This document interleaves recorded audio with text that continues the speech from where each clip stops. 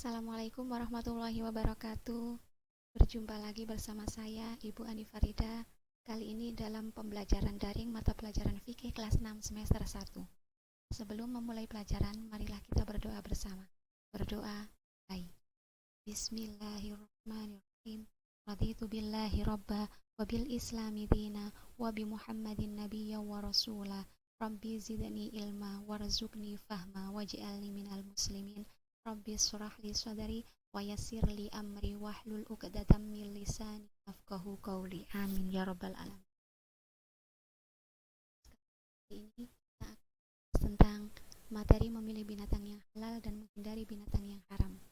Karena pada pertemuan sebelumnya kita sudah membahas tentang binatang yang halal, kita akan membahas tentang binatang yang haram.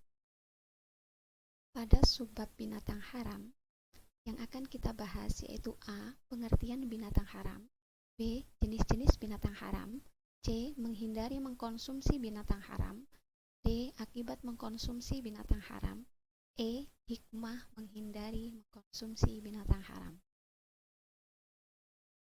A. Pengertian binatang haram.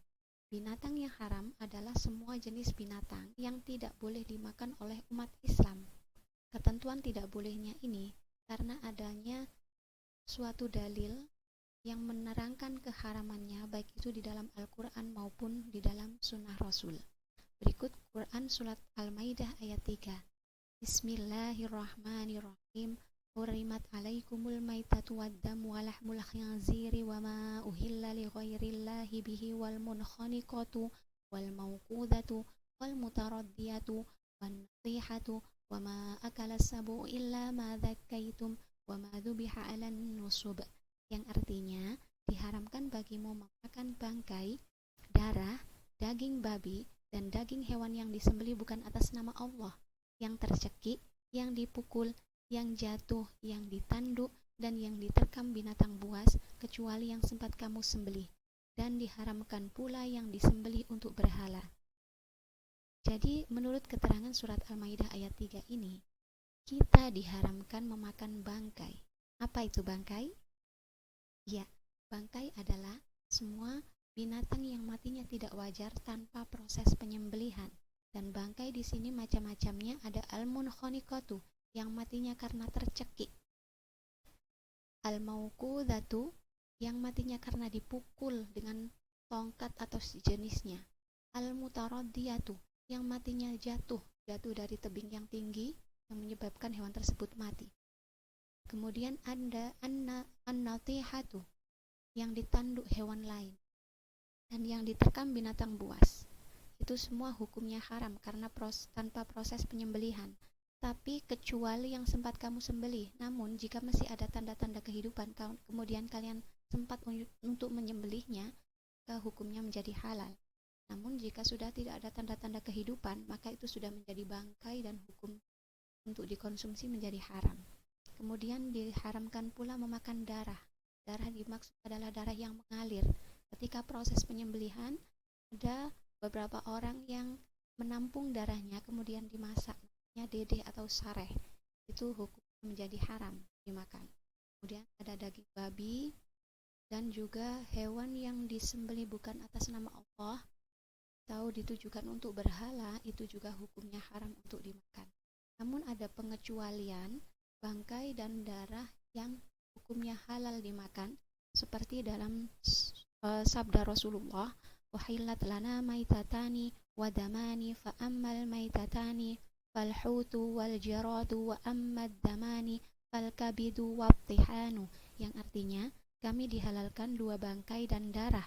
Adapun dua bangkai tersebut adalah ikan dan belalang, sedangkan dua darah tersebut adalah hati dan limfa. Hadis riwayat Ibnu Majah. Berikutnya, jenis-jenis binatang haram. Haram dimakan karena zatnya atau binatang itu sendiri.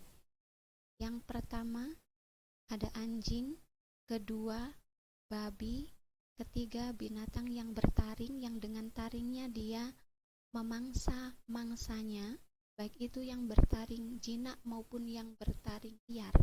Yang jinak misalnya kucing, anjing yang dipelihara yang menjadi jinak itu haram jika dikonsumsi dagingnya.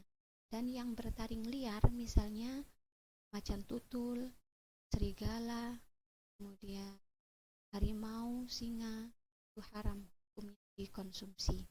Kemudian ada binatang yang berkuku tajam, yang dengan kuku tajamnya dia memangsa mangsanya, seperti di sini contohnya elang. Kemudian berikutnya binatang yang diperintahkan untuk dibunuh karena biasanya membahayakan bagi manusia atau merusak, misalnya tikus, ular, kalajengking, anjing gila, burung gagak, tokek atau cicak juga diharamkan untuk dikonsumsi. Berikutnya binatang yang dilarang untuk dibunuh. Kalau dibunuh saja dilarang, apalagi dikonsumsi, itu juga tidak boleh atau hukumnya haram. Misalnya semut, lebah, kemudian burung hudhud, burung suradi, dan katak. Nomor 7, binatang hasil perkawinan dengan binatang yang haram.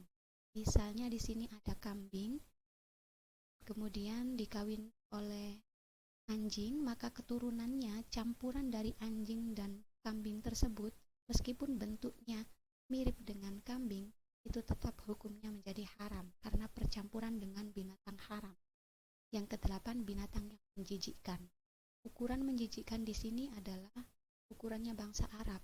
Namun tanpa kita harus bertanya dengan bangsa Arab yang jauh di sana, kita pun bisa menilai barang tersebut menjijikkan, seperti belatung. Ini kan menjijikkan, maka ini juga hukumnya untuk dikonsumsi. Jenis-jenis binatang yang haram yang dimakan karena faktor dari luar hewan, bukan dari hewan tersebut, tapi faktor dari luar. Yang pertama, binatang yang disembelih tidak menyebut asma Allah, ditujukan untuk berhala. Nah, contohnya di sini ada kepala kerbau yang digunakan untuk sesembahan, maka ini hukumnya untuk dikonsumsi. Yang kedua, bangkai. Tadi ya, bangkai yang matinya tidak wajar karena tanpa adanya proses penyembelihan. Kemudian ada jalalah, yaitu hewan yang makannya itu makan kotoran. Ini juga hukumnya haram. Kecuali misalnya punya ayam, ayam tersebut makan kotoran terus. Nah, supaya menjadi halal ketika dikonsumsi, ayam tersebut harus dikurung selama 3 hari dan dikasih makan makanan yang wajar seperti dedek, nah, atau sejenisnya, sehingga sudah menjadi suci lagi selama 3 hari dan itu boleh disembelih menjadi halal hukumnya. Dan yang keempat ada keledai jinak. Keledai ini seperti hadis Rasul ketika perang Khaybar yang melarang para sahabat untuk mengonsumsi daging keledai jinak, perintahkan untuk makan daging kuda karena daging kuda itu halal. Berikutnya, cara menghindari mengkonsumsi binatang haram. Yang pertama, kita harus selektif terhadap makanan yang akan kita konsumsi. Seperti apa bahannya, bagaimana cara memprosesnya, bagaimana cara mendapatkannya, seperti itu. Waspada terhadap sumber makanan ini berasal dari mana. Nah, kalau makanan itu makanan ada bungkusnya, kita cari tahu ingredientsnya atau bahan-bahannya. Jangan sampai di dalamnya itu ada bahan yang terbuat dari babi, kan itu bahaya, haram. Dan mencari informasi terhadap sumber makanan, mempelajari ayat ajaran Al-Quran dan hadis, karena dengan kita belajar Al-Quran dan hadis kita menjadi tahu makanan yang halal dan mana makanan yang haram. Kemudian meyakini bahwa makanan haram tidak bermanfaat bagi tubuh karena malah merusak ya. Meyakini bahwa makanan haram membawa mudarat atau keburukan bagi tubuh kita, menjadi penyakit bagi tubuh kita. Kemudian bergaul dengan orang yang soleh, karena orang yang soleh akan memberi nasihat yang baik sehingga kita akan menjadi orang yang baik juga. Tidak menggunakan obat dari binatang haram. Nah, kita harus mencari obat yang berasal dari sesuatu yang halal. Misalnya gatal, jangan keburu-buru cari makan dari daging biawak atau daging tokek ya. Kita berobat dulu ke dokter, beli obat yang halal, itu yang lebih baik dan diutamakan. Yang D adalah akibat mengkonsumsi binatang haram.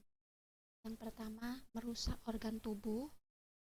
Yang kedua, dapat terjangkit penyakit jasmani dan rohani yang tertular dari binatang yang dikonsumsi tadi. Kemudian tidak ada keberkahan dalam hidup, karena sebenarnya Allah Ta'ala sudah menciptakan hewan yang halal itu banyak sekali jenisnya di dunia ini. Namun kenapa kita harus memilih binatang yang haram? Itu merupakan rasa ketidaksyukuran kita terhadap Allah dan akan mendapatkan ketidakberkahan dalam hidup. Kemudian hidupnya menjadi tidak tenang dan selalu gelisah, sering mimpi buruk, susah menerima ilmu kebenaran. Jika seorang pelajar mengkonsumsi binatang yang haram, maka dia akan sulit mendapatkan ilmu pengetahuan, sulit mendapatkan pemahaman dari ilmu yang dia cari. Kemudian mendapatkan murka dan azab dari Allah. Billahi dapat mendorong melakukan perbuatan yang dilarang oleh Allah karena seringnya melakukan perbuatan dosa. Maka dia akan terbiasa dan melakukan perbuatan dosa yang lebih besar lagi. Billahi. Kemudian yang terakhir, tidak diterima amal ibadah seseorang. Jadi percuma sekali ibadah sholat kita, doa kita tidak diterima karena kita konsumsi haram. Jangan sampai ya. Hikmah menghindari mengkonsumsi binatang haram. Yang pertama, diharamkannya babi karena di dalamnya terdapat cacing pita. Ini adalah gambar cacing pita. Cacing pita ini terdapat di dalam daging babi. Ketika dikonsumsi oleh manusia, cacing pita ini akan berkembang biak di dalam perut manusia, menjadi banyak dan akhirnya menembus organ-organ tubuh manusia yang lain, seperti masuk ke dalam jantung, ke paru-paru, ke otak, yang ini dapat menyebabkan manusia menjadi meninggal. Kemudian yang kedua, diharamkan bangkai karena mengandung mikroba atau bakteri. Ini contohnya bangkai ayam atau bangkai-bangkai yang lain yang matinya tidak wajar tanpa penyembelihan secara syar'i. Ini kita tidak tahu matinya kenapa. Apakah dia kena penyakit sehingga dia meninggal atau karena memakan racun penyakitnya. Itu bahayanya ketika kita konsumsi, penyakit tersebut akan menjadi tertular pada tubuh kita. Yang ketiga, diharamkan binatang yang menjijikkan atau kotor karena akan mengotori tubuh. Seperti tadi, ini ada cacing, ada belatung. Ini binatang yang kotor yang akan mengotori tubuh kita dan kita akan menjadi penyakitan. Sebenarnya hikmah menghindari mengkonsumsi binatang haram ini adalah wujud kecintaan Allah terhadap kita, sehingga kita itu akan selalu hidup sehat jika kita memilih untuk mengkonsumsi binatang yang halal dan menghindari binatang yang haram. Jadi kesimpulan pada pembelajaran kali ini, binatang yang haram itu adalah binatang yang diharamkan karena adanya dalil yang menerangkannya di dalam Al-Quran maupun Sunnah. Itu semua demi kebaikan kita sendiri. Baik anak-anak, demikian pembelajaran kali ini. Untuk lebih jelasnya, jika ada pertanyaan, kalian bisa tanyakan di WA group. Nanti akan Ibu jawab dan nanti akan Ibu bagikan LKPD-nya. Silahkan dikerjakan. Kemudian hasilnya kalian foto dan dikirimkan ke WA Ibu.